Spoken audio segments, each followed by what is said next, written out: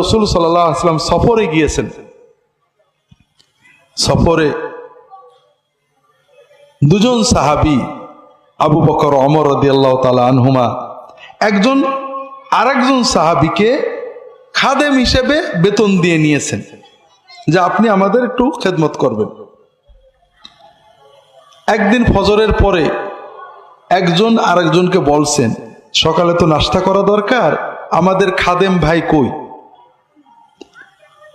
তো আরেকজন বলছে যে আমাদের খাদেম ভাই তো বাড়ির ঘুমাচ্ছে, তার মানে ফজর পড়ে ঘুমাই পড়েছে।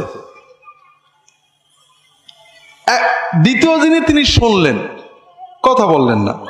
কিছুক্ষণ পরে উনি উঠেছেন, ওই খাদেম উঠলে পরে তারা বলছে যে তুমি যাও রাসূলুল্লাহ সাল্লাল্লাহু আলাইহি ওয়াসাল্লামকে বলো যে নাস্তার কি হবে, সালাম দিয়ে জিজ্ঞেস করো।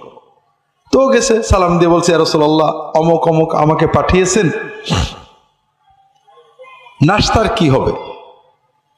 তখন রাসূলুল্লাহ সাল্লাল্লাহু আলাইহি ওয়াসাল্লাম ওকে বললেন যে কেন নাস্তা হবে কেন? ওদেরকে সালাম দিয়ে বলো, ওরা তো সকালে নাস্তা করেছে, আবার নাস্তা দরকার কি? উনি তো বোঝান না কিছু। উনি আসছেন, রাসূলুল্লাহ সালাম দিয়ে বললেন যে আপনারা নাকি সকালে নাস্তা করেছেন। ওনারা বুঝেছেন নিশ্চয় গড়বড় হয়েছে, হাওয়া মাও করে ছুটে চলে গেছেন, ইয়া রাসূলুল্লাহ আমরা নাকি নাস্তা করেছি।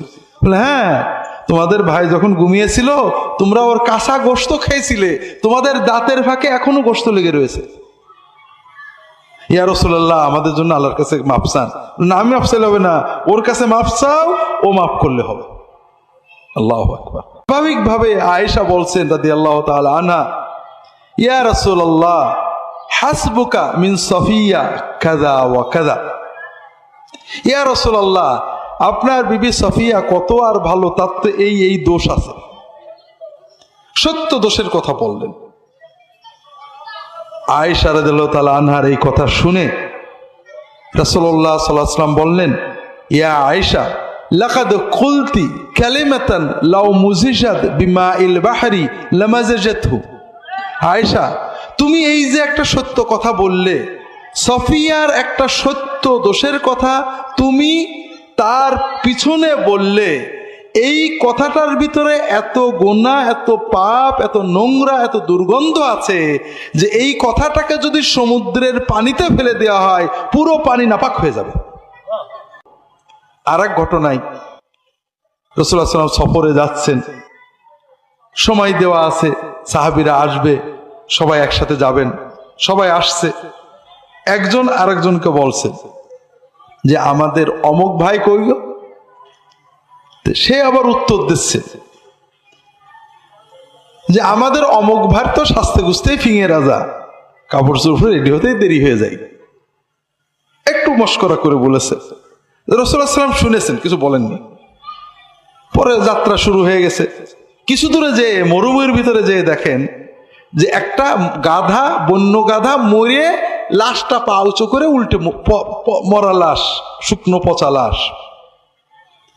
তখন রাসূলুল্লাহ সাল্লাল্লাহু আলাইহি ওয়াসাল্লাম একটু দাঁড়িয়ে বলছেন অমুক অমুক কই গো? ওই দুইজনকে ডেকেছেন। ওই দুইজন আসছে, ইয়া রাসূলুল্লাহ লাব্বাইক। বলে শোনো, ইযহাবা ফাকুলা মিন জিফাতে হাযাল হামার, যাও এই যে মরা গাধাটা আছে ওর গোশত খাও। ইয়া রাসূলুল্লাহ এটা কি সম্ভব?